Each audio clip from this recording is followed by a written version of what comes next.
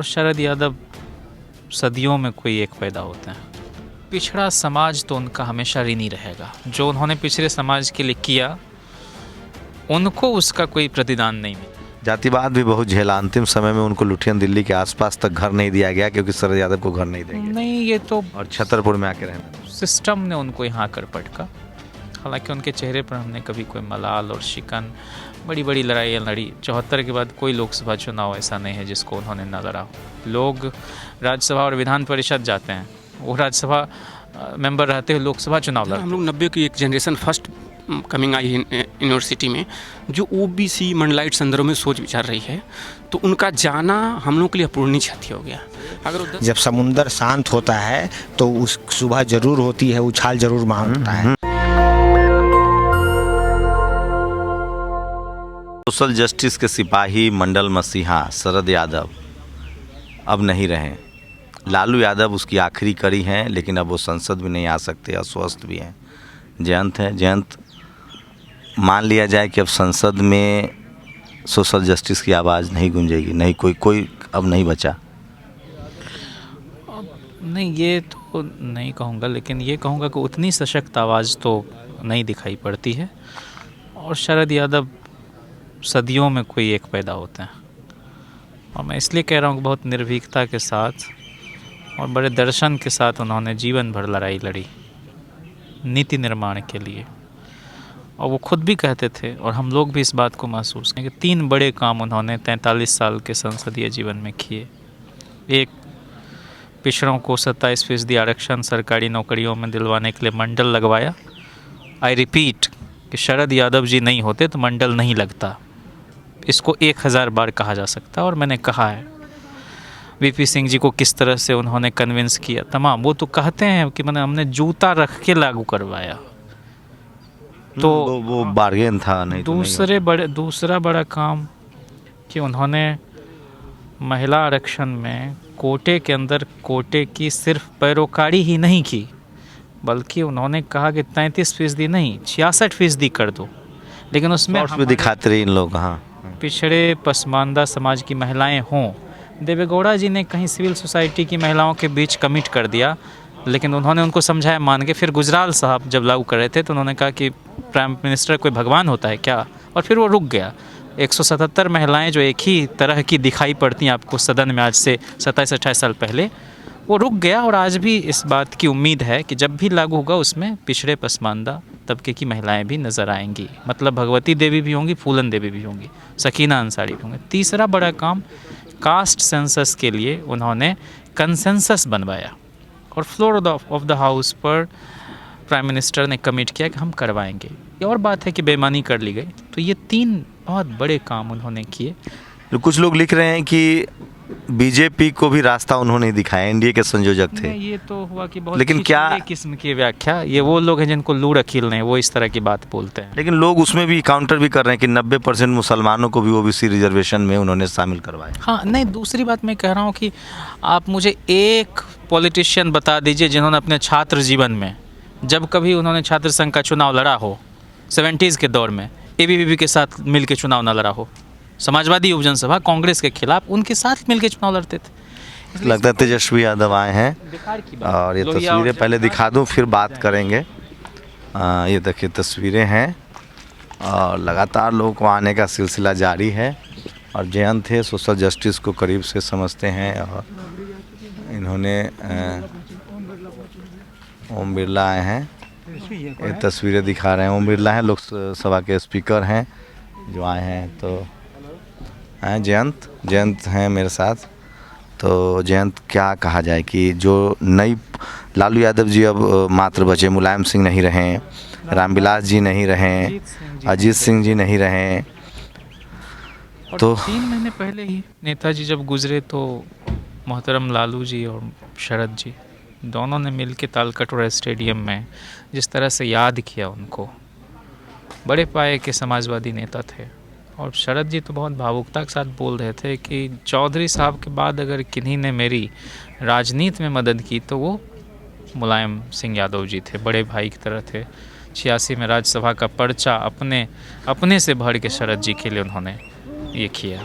आज भी प्रोफेसर साहब याद कर रहे थे कुछ वाक़ये को, कुछ समय उसी स्टेट राम गोपाल यादव आए थे, उसी स्टेट का होना पड़ता था जिस स्टेट से आप चुन के जाते हैं। लगता है एक आदमी जिसने कभी नफ़ा नुकसान नहीं सोचा और मुद्दे की राजनीति की, परवाह ही नहीं कि कौन लेकिन मंत्रालय पूरी मिल रहा है, नहीं जिंदगी मिल रहा है। पूरी कितना जिंदगी छोटा सा गुमनामी, मंत्रालय, कोई मंत्रालय होता है पूरी जिंदगी लेकिन गुमनामी में गुजरा कहेंगे, या इतिहास उनके साथ न्याय करेगा? पिछड़ा समाज तो उनका हमेशा ऋणी रहेगा। जो उन्होंने पिछड़े समाज के लिए किया उनको उसका कोई प्रतिदान नहीं मिला। सोशल जस्टिस का कोई सिपाही प्रधानमंत्री नहीं बन पाता, बड़ा शरद जी में वो काबिलियत थी, शरद जी हो सकते थे। हवाला में उन्होंने कबूल लिया कि हाँ पार्टी चलाने के लिए चाहिए, उन्होंने इस्तीफ़ा दिया। और अगर ये सब नहीं होता तो वो जनता दल के कार्यकारी अध्यक्ष थे ही। 96 की परिस्थितियाँ कुछ ऐसी बनी कि उनके नाम पर भी सहमति हो ही सकती थी। पहले सांसद जिन्होंने 2 बार संसद से इस्तीफा दिया। ने और सिर्फ 2 सांसद पूरे भारत में, मधुलिमय साहब और शरद यादव जी, जिन्होंने लोकसभा का कार्यकाल जब बढ़ाया गया असंवैधानिक तरीके से तो इस्तीफ़ा दिया उन्होंने आपातकाल के दौरान, जबकि पहली बार के सांसद थे। जातिवाद भी बहुत झेला, अंतिम समय में उनको लुधियाना दिल्ली के आसपास तक घर नहीं दिया गया क्योंकि शरद यादव को घर नहीं देंगे, नहीं, ये तो और छतरपुर में आके रहना। सिस्टम ने उनको यहाँ कर पटका। हालांकि उनके चेहरे पर हमने कभी कोई मलाल और शिकन, बड़ी बड़ी लड़ाइयाँ लड़ी। 74 के बाद कोई लोकसभा चुनाव ऐसा नहीं है जिसको उन्होंने न लड़ा हो। लोग राज्यसभा और विधान परिषद जाते हैं, वो राज्यसभा मेंबर रहते हुए लोकसभा चुनाव लड़ते थे। तो वो पीपल्स कैंडिडेट के रूप में हल्दर किसान छाप जो जयप्रकाश नारायण जी ने उनको लड़ाया था, सेठ गोविंद दास ने सीट, वो गुजर गए थे, वो चुनाव था। दादा धर्माधिकारी ने मशवरा दिया था जेपी को कि इनको लड़ाओ।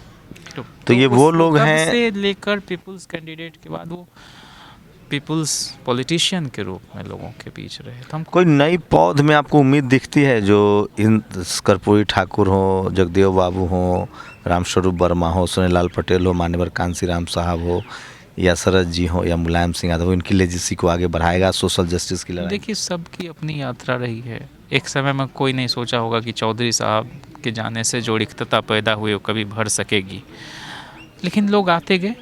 वो शरद जी की खुद ही चाहत थी कि नौजवान लोग उनके कारवां को आगे आप लोग आखिरी उम्मीद है?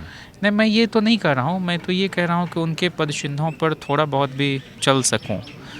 मधुलिमय साहब मेरे नायक की तरह हैं, शरद यादव जी नायक की तरह हैं। कुछ बातों को लेकर लोग आलोचना करते हैं, उससे कोई पड़े नहीं है। वो डॉक्टर लोहिया की भी उसी लाइन पर आलोचना होती है, जयप्रकाश नारायण जी की भी होती है। लेकिन मैं कह रहा हूँ कि कई बार परिस्थितिजन्य कारणों से कुछ फैसले लोग लेते हैं, और शरद जी खुद ही कहते थे कि इतिहास में दुविधा के लिए कोई जगह नहीं होती। अभी 2 जनवरी को मिलकर गया और बड़ी लंबी बातचीत। देखिए, तस्वीरें दिखा दीजिए। लोकसभा के स्पीकर जो हैं ओम बिरला साहब आए हैं, और ये तस्वीरें दिखा रहा हूँ शरद यादव, और बड़ी तस्वीरें दिखा रहा हूँ हैं। और मेरे साथ कुछ और युवा हैं जो छात्र भी हैं, और वो चाहते थे कि युवा लोग आएँ। दूसरा, स्त्री प्रश्न को जिस तरह से संसद भवन में उन्होंने एड्रेस किया था वो बहुत ऐतिहासिक है। और इधर हम लोग 90 की एक generation first coming I university में, जो ओबीसी मंडलाइट संदर्भ में सोच विचार रही है, तो उनका जाना हम लोग के लिए अपूरणीय क्षति हो गया। अगर वो 10 साल जीवित होते तो मंडलवादी आंदोलन मूवमेंट कैसे हुआ था 90 के दौर का, वो बड़ी स्मृति हम लोग की डॉक्यूमेंट की तरह पे काम आती है, और आगे का लिखत पढ़त में। बहुजन समाज में नेता बनना भी बहुत कठिन है, क्योंकि संसाधन नहीं है, समाज जागरूक नहीं है। और जो लोग संघर्ष करके आए, इंजीनियर थे, चाहते तो अच्छी ज़िंदगी गुजार सकते थे, नौकरी कर ले जी। तो हमारे जो कठिन रास्ता चुना। हमारे जो बहुजन समाज के नेता थे, अब लालू जी चाहते तो लॉयर बन जाते, और ये चाहते तो फिर इंजीनियर बन जाते। पासवान साहब चाहते तो फिर वो डीएसपी बन जाते, आगे उनका प्रमोशन होता। कुछ करीबाओं से बात कर रहा हूँ कि आखिर अंतिम कड़ी लालू यादव बच्चे हैं, इस लड़ाई को आगे बढ़ाएगा कौन? ये बिल्कुल सही सवाल। लेकिन वो अब संसद नहीं आ सकते हैं, उनके साथ इस तरह की कॉन्स्पिरेसी कर। हाँ, एक यंग जनरेशन आएगी, और मंडल आरक्षण से आई हुई न्यू जनरेशन, वो इंटेलेक्चुअल एकेडमिक दुनिया में तो आ ही रही है। आपका सवाल बिल्कुल सही है। उसकी जिम्मेदारी है कि राजनीति में भी है, और एक जेन्युइन राजनीति करे, जो सामाजिक न्याय के सवाल को माननीय लालू जी, माननीय नेताजी शरद जी लेकर चलते उसको बढ़ाए। तो ये वो तमाम लोग हैं जो इंटेलेक्चुअल हैं। प्रोफेसर साहब, लालू जी अब संसद आ नहीं सकते हैं, शरद जी रहे नहीं, आखिरी कड़ी लालू जी हैं, क्या सोशल जस्टिस की लड़ाई अब खत्म? देखिए, सबसे पहले ये हमें जानना है कि संविधान के निर्माताओं ने जिन मूल्यों को अंकित किया था संविधान में, खासकर सामाजिक क्रांति, तो सामाजिक क्रांति का मतलब ही यही होता है कि ऐसा हमारे नया देश बनाना था जो मध्यकालीन से उठा के एक नवीन भारत बनाना था। और इन्हीं मूल्यों में सामाजिक अवधारणा जो है जो दी गई थी, उसी के पुरोधा थे शरद यादव जी। तब तो फिर से मध्ययुगीन सभ्यता में आपको ले जाया जा रहा है। कौन लड़ेगा? कोई नया दिख रहा है? देखिए, लड़ाई की जो कल्पना है पोस्ट मॉडर्न समाज में, विलास पासवान, लालू यादव, कहाँ किसी की हिम्मत है? जो उस तरह की राजनीति हो रही है, सांप्रदायिकता की राजनीति है, कोई बोलने वाला नहीं है साहब। देखिए, सांप्रदायिकता की हम लोग राजनीति भी पे पार्लियामेंट में हर दिन हम लोग बोल रहे हैं, लेकिन अभी ऐसी परिस्थिति जो है, भारतीय जनता पार्टी जो है धन कुबेरों की पार्टी जिस तरीके से मोटिवेट करके गलत दिशा में ले जाना चाहती है पूरे प्रजातंत्र को, जिस प्रजातंत्र की प्रजातांत्रिकरण के लिए जाने जाते हैं शरद यादव जी, लालू प्रसाद यादव जी, मुलायम सिंह यादव जी, और ना जाने कितने जो हैं सामाजिक अवधारणा से जो लोग जो है लबरेज हैं, और ख़ासकर जगदेव बाबू हो गए, कर्पूरी ठाकुर हो गए बिहार में, उत्तर प्रदेश में हो गए, पेरियार साहब हो गए, फूले हो गए, तो पूरे समस्त भारत में जो तासीर है इस देश की, वो तासीर है समाजवादियों की तासीर है, वो तासीर है। कौन है? कोई तो है, दिख नहीं रहा है प्रोफेसर साहब। नई पौध में तो कोई दिख नहीं रहा है। देखिए, नई पौध आप उस तरीके से आप मत देखिए कि कोई एक आइडेंटिटी और कोई एक आदमी जो सामाजिक अवधारणा को लोग हैं जी सामाजिक अवधारणा की जो लड़ाई है, लगातार हम लोग जो हैं, चाहे लक्ष्मण जी हैं, सब लेकर हम लोग चल रहे हैं। और बस अभी पर्दा उठने दीजिए इस पे से। जिस तरीके का मैंने बोला कि मीडिया के माध्यम से चीज़ों को ओझल की जा रही है, लेकिन आपको बता दें जिस तरीके से जब समुंदर शांत होता है तो उस सुबह ज़रूर होती है, उछाल ज़रूर मांगता है। आप लोग उम्मीदें हैं कोई आएगा फिर से शरद यादव के विचारधारा वाला? एकदम आएगा। सुबह हुआ है तो शाम भी होगी, शाम हुआ है तो सवेरा भी होगा। क्या लगता है साहब आप? जी क्या कह रहे हैं? क्या शरद यादव के बाद जो जगह खाली हुई उसको कौन भरेगा? वर्तमान स्थिति के अनुसार तो एक जगह खाली हुआ है, लेकिन हमारे देश में वर्तमान स्थिति के अनुसार हैं ऐसे कई पुरोधा हैं जो अभी एक समय आएगा जब वो अपने चरम पर रहेंगे और तो लेंगे। सोचिए, तो लालू यादव वो अंतिम कड़ी हैं, लेकिन वो अब संसद नहीं आ सकते हैं। शरद यादव रहे नहीं। सवाल है कि इस देश में शोषित वंचित की आवाज़, कर्मकांड के खिलाफ, सामाजिक न्याय के पक्ष में और संविधान के लिए आवाज़ कौन उठाएगा? मुझे तो कोई दूर दूर तक अभी नहीं दिख रहा है जो अपना नफ़ा नुकसान छोड़कर इस देश के संविधान, इस मुल्क के भाईचारा को बचाने की बात करे। आपकी नज़र में कोई दिखता है तो आप लोग कमेंट सेक्शन में उनका नाम जरूर डाल सकते हैं। कैमरा आशीष के साथ शंभू कुमार सिंह, नेशनल दस्तक, दिल्ली। नेशनल दस्तक की आपसे गुजारिश है कि अगर इसको बचाना चाहते हैं तो नेशनल दस्तक को सब्सक्राइब करने के लिए रेड कलर के सब्सक्राइब बटन को दबाएं, फिर बेल आइकन की घंटी दबाएं। नेशनल दस्तक को बचाने के लिए बहुत जरूरी है कि हर खबर को शेयर करें, लाइक करें, कमेंट जरूर करें।